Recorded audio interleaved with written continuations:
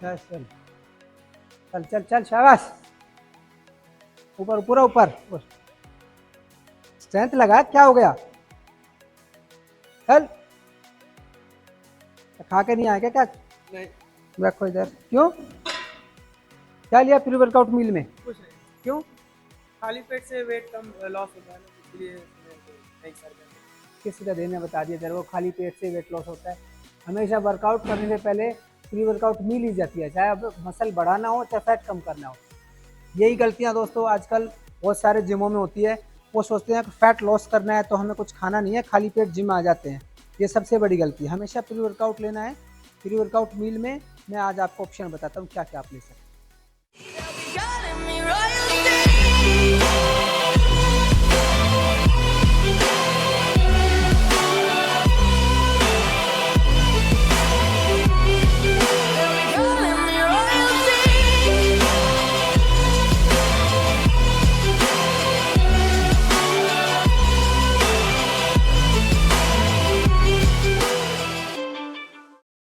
नमस्कार दोस्तों, मैं नेपाल सिंह। आज मैं आपको बताऊंगा प्री वर्कआउट के बारे में और प्री वर्कआउट मील के बारे में। उसमें क्या क्या हम ऑप्शन रख सकते हैं और क्या प्री वर्कआउट सप्लीमेंट यूज़ कर सकते हैं, और जो सप्लीमेंट यूज़ नहीं कर सकते तो उनका क्या अल्टरनेटिव होता है, और इसके इफेक्ट और साइड इफेक्ट आज हम इन दोनों के बारे में बात करते हैं। तो दोस्तों, प्री वर्कआउट मील जो है एक बहुत ही ज़्यादा ज़रूरी है एक एथलीट के लिए, एक अच्छे वर्कआउट करने के लिए।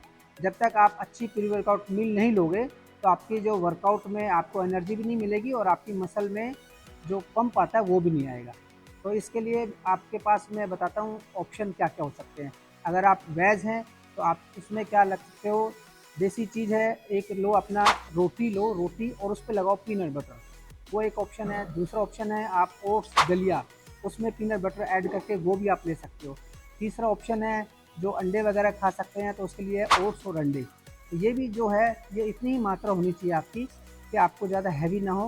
कम से कम ये रखो कि 100-150 ग्राम के आसपास आपका ये होना चाहिए जो मील का वो पोर्शन है। उसके बाद डिपेंड करता है 1 से 1.5 घंटा कम से कम आपको उसके बाद वर्कआउट का बाद शुरू करना है। जब आप वर्कआउट शुरू करोगे तो उससे 10 से 15 मिनट पहले भी बहुत सारे सप्लीमेंट्स ऐसे होते हैं जो कि वर्कआउट से पहले लिए जाते हैं, जैसे प्री वर्कआउट सप्लीमेंट्स। उसमें होता है कोई भी आप यूज़ कर सकते हो। और उसके अलावा होता है जैसे भाई सप्लीमेंट जो कोई अफोर्ड नहीं कर सकता है तो उसके लिए ऑप्शन है ब्लैक कॉफ़ी। ब्लैक कॉफ़ी के लिए मैं आपको दिखा सकता हूँ। आप कोई भी 2 रुपये या 1-2 रुपये का पाउच आता है ये, तो आप इसको यूज़ कर सकते हो। और सप्लीमेंट्स में भी आप कोई भी सप्लीमेंट्स में प्री वर्कआउट यूज़ कर सकते हो। जैसे ये सप्लीमेंट्स मैं काफ़ी टाइम से यूज़ कर रहा हूँ और मेरे जिम में काफ़ी लड़के भी यूज़ करते हैं। लेकिन अब मैं बताता हूँ इसके इफ़ेक्ट और साइड इफ़ेक्ट। ये जब दोनों चीज़ें हम यूज़ करते हैं तो हमें अच्छी एनर्जी मिलती है और हमारी मसल में पंप आता है, तो अच्छा लगता है।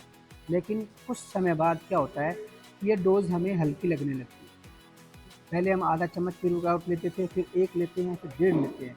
ये आपका क्या होगा, आपकी बॉडी इसकी आदी हो जाएगी। आप इसको इग्नोर कर ही नहीं सकते और जब आप करोगे तो आपसे एक्सरसाइज नहीं हो पाएगी। ये इसका मेन साइड इफ़ेक्ट होता है। और यही ऐसा एक कॉफ़ी का भी साइड इफ़ेक्ट होता है। ये क्या बताता हूँ, मेरे पास एक लड़का आता था, मैं नाम नहीं लूँगा उसका, वो उसका सप्लीमेंट अफोर्ड नहीं कर सकता था लेकिन वो कॉफ़ी शुरू कर दी उसने हमारे कहने से ही।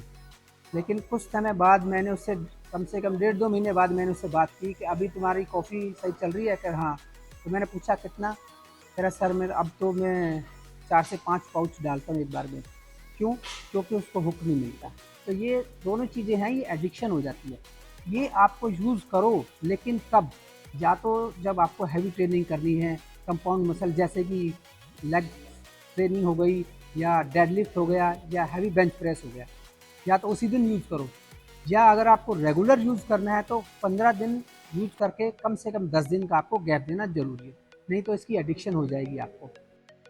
और ये ध्यान रखना, अगर आपको जब ये लगने लगे कि एक पैकेट से मेरे को हुक नहीं मिल रहा या मेरे को अच्छा नहीं लग रहा, उस टाइम पे आप इसको बिल्कुल बंद कर दो। ये आपको खास ध्यान रखना है। ऐसे ही प्री वर्कआउट में अगर आपको 1 चम्मच या पौना चम्मच में अच्छी एनर्जी मिलती है तो ठीक है। अगर आपको लगता है कि नहीं मेरे को 1.5 चम्मच की रिक्वायरमेंट है, उस टाइम इसको बिल्कुल बंद कर दो, कम से कम 10 to 15 डेज़ के लिए। फिर उसके बाद आप दोबारा से स्टार्ट कर सकते हो। तो तभी इसके साइड इफ़ेक्ट से बचा जा सकता है। बाकी इसके लेने में कोई हर्ज नहीं है, आप लो और अच्छी ट्रेनिंग करो। Thank you, all the best, health is wealth.